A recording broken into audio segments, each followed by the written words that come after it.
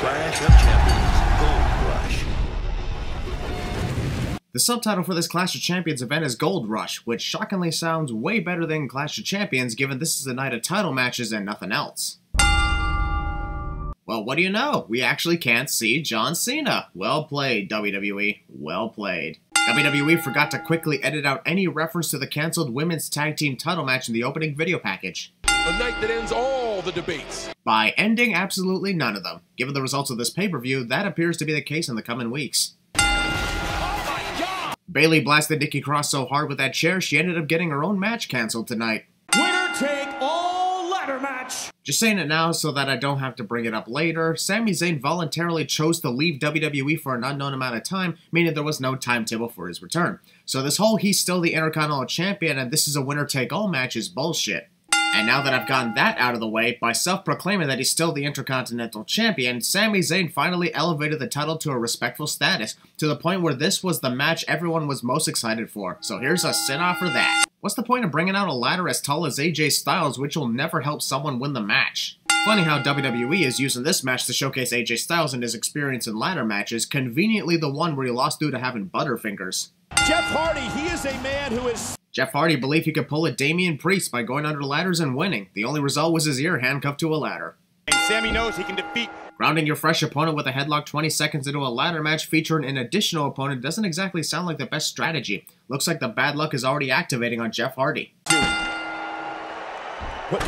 Jeff was watching AJ from the moment he approached the ring with the ladder and somehow didn't figure that AJ would bounce the ladder back to him with a baseball slide. And Jeff's supposed to be the ladder match veteran here. Over a dozen Hall of Famers have held the prestigious... Over a dozen Hall of Famers held the IC title, and let me read off the list for you, Cliche.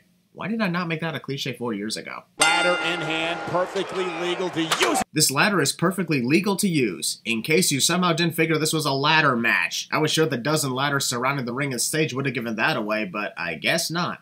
First ladder introduced is too small to reach the prize, Cliche. If I were Jeff Hardy, I'd actually watch Sami climb that small ladder and wait for him to realize he can't reach the belts.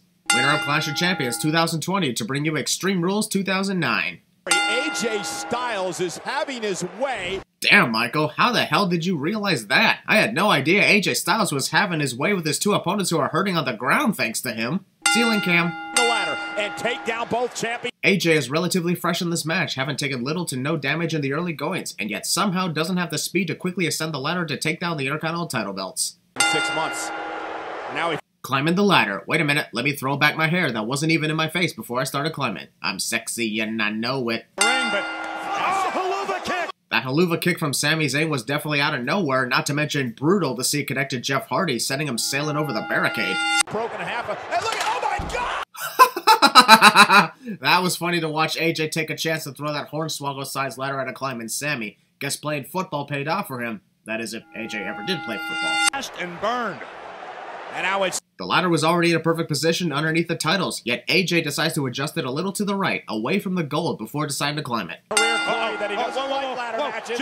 Jeff stupidly risked his own well-being and chances to win this ladder match just to cause further damage to AJ. Moment was ruined once you saw Jeff intentionally tug the ladder to tip over. Side of your screen. Oh my goodness! Damn, who would have thought an accident would actually help Sami get closer to winning? That was funny to see AJ get knocked over by accident. Honestly, I've never seen Jeff Hardy do that before. Figuring the ladder would tip over, it was awesome to see Jeff try to descend the ladder like that. Here's 2 more sins off. I'm tired, let me use the announce table as a pillow. Good night, everyone! Ladder is bridged between the ring apron and announce table, Cliche. Guess it wouldn't be a ladder match without that.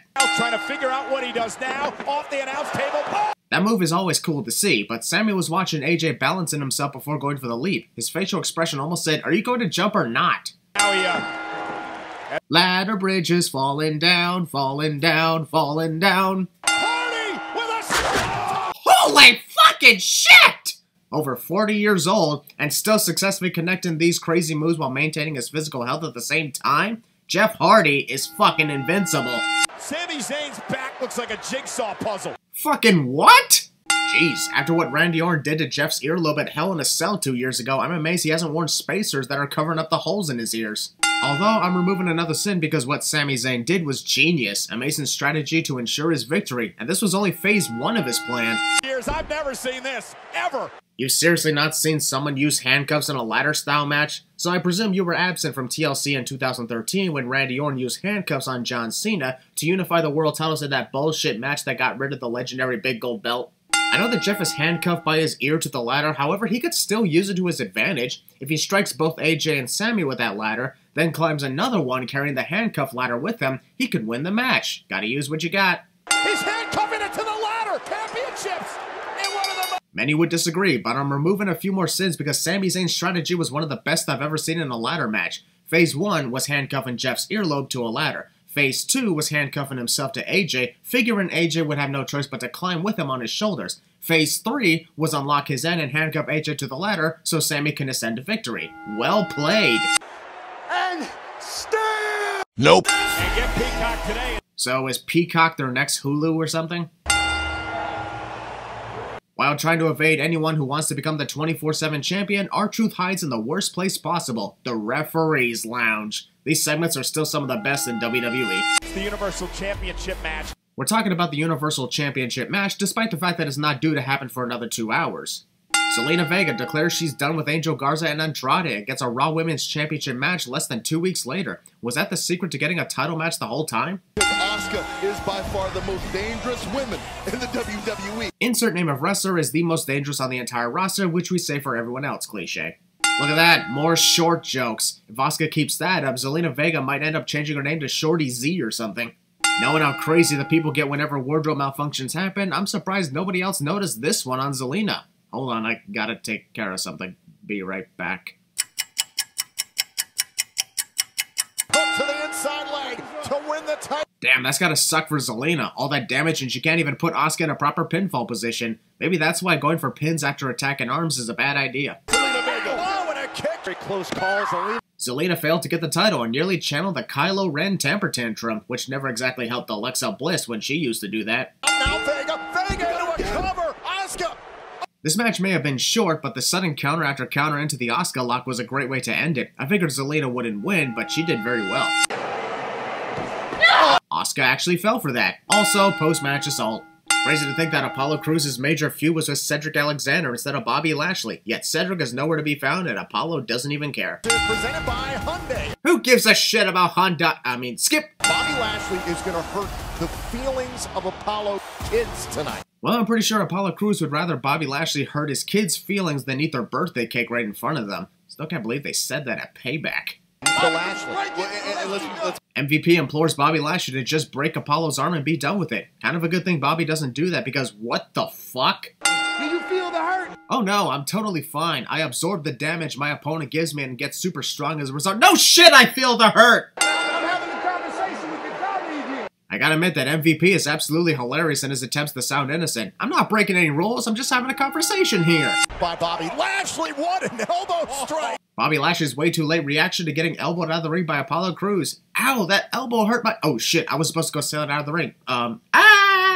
Lashley. It was nearly obstructed from view, but haha, MVP dropped the United States title. And now, it is time for a team that split up practically 5 times already to get their 50th shot at the Raw Tag Team Championship against the team they failed to beat every single time. Wonder if the 51st time's the charm. Street Profits said they're actually quite fed up with facing this tag team. The Street Profits would be great at Cinema Sins 2 expansion if that's the case, and whenever the wrestlers start to realize the sins, you know something is wrong here.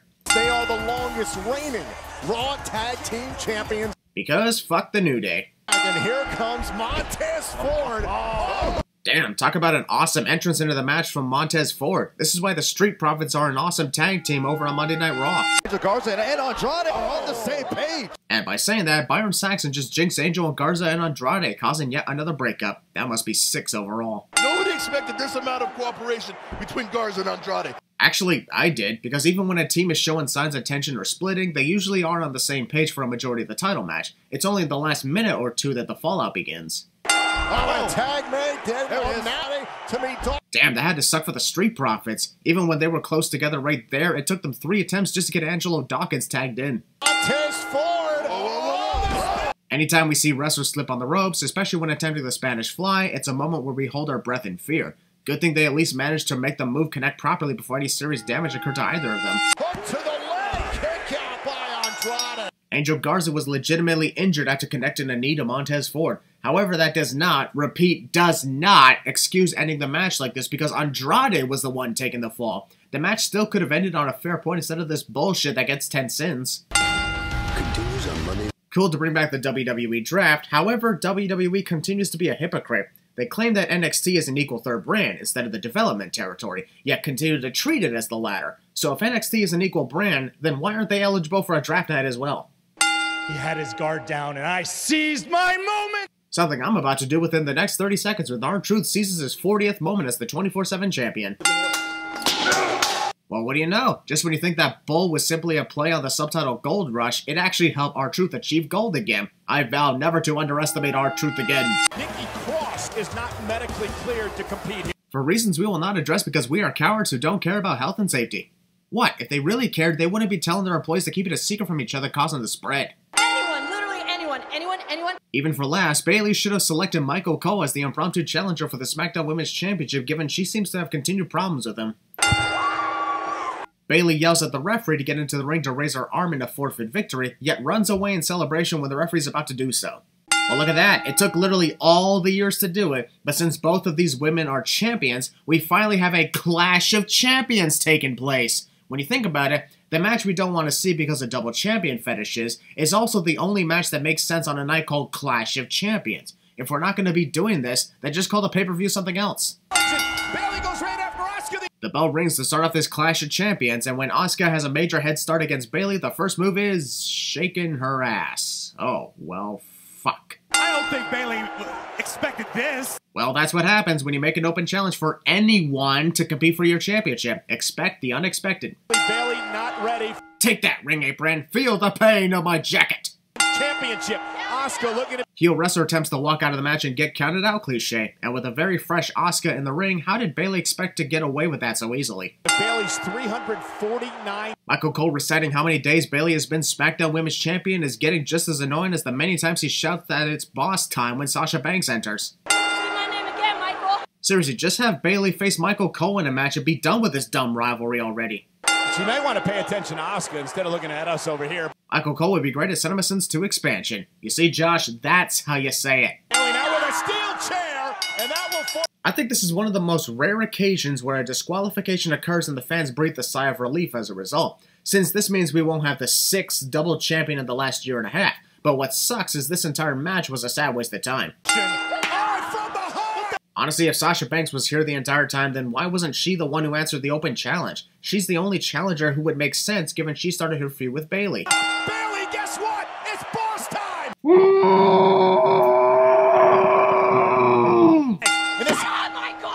I don't know what's funnier, Bayley yelling at Michael Cole to shut up, or that disappointing glare Corey Graves is giving him. This CGI rock is a video bombing dick to Drew McIntyre. Hand me the WWE Championship.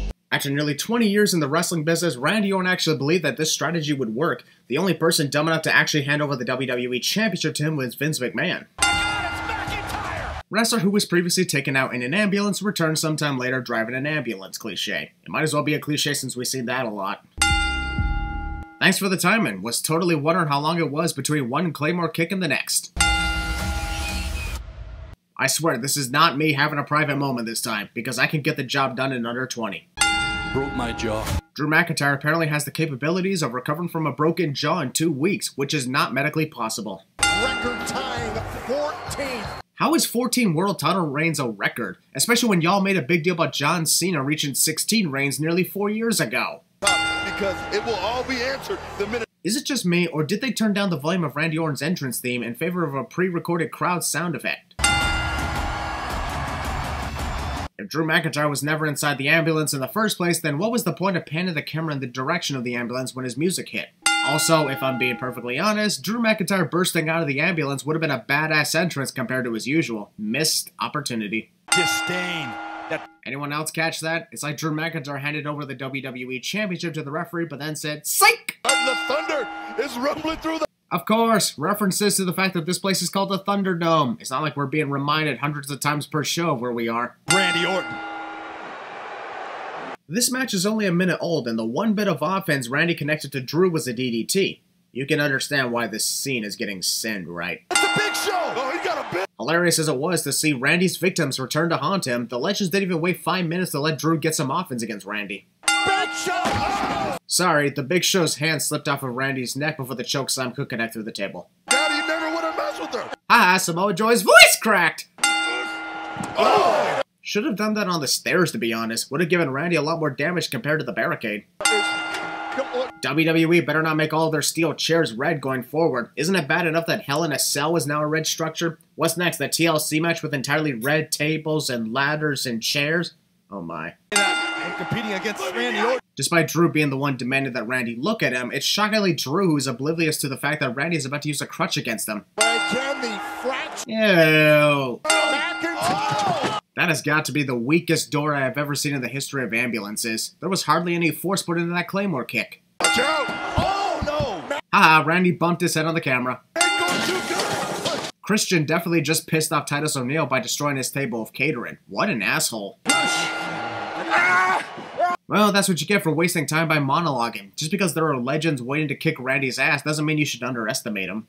Drew McIntyre planned on. Randy Orton somehow doesn't know how the rules of an ambulance match works by trying to pin Drew McIntyre. Winner of WWE Clash of Champions 2020 to bring you the Lion King. Shockingly not the first time in 2020 we referenced Mufasa's death in WWE events. Also, why is Drew so afraid to fall off the edge of the ambulance? Given the height of the ambulance and his 6'5" figure, his feet are likely inches away from the floor. Really takes away the intensity of the hero hanging on for dear life at the feet of the villain sequence. One entire minute of Randy staring at Drew's body on the ground just so Shawn Michaels can give him sweet chin music. For Drew McIntyre. Whoa! I'll go ahead and remove his sin for the awesome cameos from the Legends, though they happened a little too frequently. McIntyre inside. This scene gave me so much anxiety, and not in a good way. Randy Orton had Drew McIntyre beat and just had to close both ambulance doors to win. Easy peasy. But he goes for the slowly close the doors because I don't want to win route. It's as if he doesn't realize there could be more Legends out for revenge, so he better hurry his ass up. And this is why Randy Orton deserved to lose this match, for being a complete fucking idiot. Isn't he the 18-year veteran in this match? Tire measuring.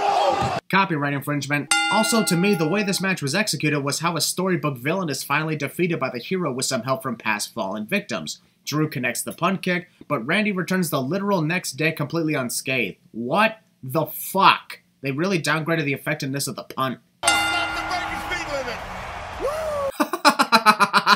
Good old Ric Flair. Try not to fuck it up this time. I love this storyline that goes on between Roman Reigns and Jey Uso, however the timing was a little off. Didn't Roman just win that Universal Championship from The Fiend and Braun Strowman, and that was entirely forgotten of? Roman Reigns. This promo package leading into this main event was well executed and gave me chills, especially knowing the carnage that was about to ensue at the hands of Roman Reigns. Roman Reigns claimed he was going to get new ring gear and new music for his upcoming match with Jey Uso. Music's still the same, and the only thing about his ring gear is he removed his bulletproof vest. By his special counsel, Paul Heyman. Special counsel was just another term for advocate, but Paul Heyman doesn't want to make references to his former client anymore. Jay has prepared his whole career for this. That's a cliche. Corey Grace continues to reference Christian Maracle to the point where it's completely obvious that he watches my content, but thanks for completing that sin for me. Now we have to meet the center of this ring. The first few minutes of this 23-minute match is Jey Uso talking and both wrestlers walking around in a circle. Good God, that punch was freaking brutal, and it's not the last moment of brutality in this match. Shit's about to get scary. Between being part of a great tag team or being... Oh, come on! Did the audio technicians forget that anytime one of the Usos yell out, ooh, the crowd yells, so? Even a pre-recorded noise would have done just fine. Now it just looks weird to not hear a response anymore. He's gonna do it! He's gonna do it! Corey Graves just had to jinx Jey Uso's momentum right there. Damn you, Corey. Whether it was intentional or just a coincidence on the kickout, Roman Reigns is the dick to Jey Usos. Say it. This entire scene deserves 5 cents off because of the absolute horror it gave. Roman beating the fucking shit out of Jey Uso while demanding he be referred to as the Tribal Chief. It was terrifying and hard to watch, so well done to both men on a splendid job. You are my tribal chief. Shut the fuck up, Paul. You're not even Samoan. Also, Roman Reigns' "why did I even hire you" face. I will knock your ass in the next week and shut your mouth and let me go to work. This is the Roman Reigns we needed after defeating The Undertaker at WrestleMania 33. This is the Roman Reigns we needed. Absolute perfection. Forgive him. Don't do it. Winner of Clash of Champions to bring you Rocky IV. No wonder why this scene looks so scary and familiar. Jimmy Uso throwing in the towel and jumping in to protect his twin brother legitimately brought tears to my eyes. Not many things leave me shook up, but this event did. Proof to why storytelling is the #1 most important thing in professional wrestling.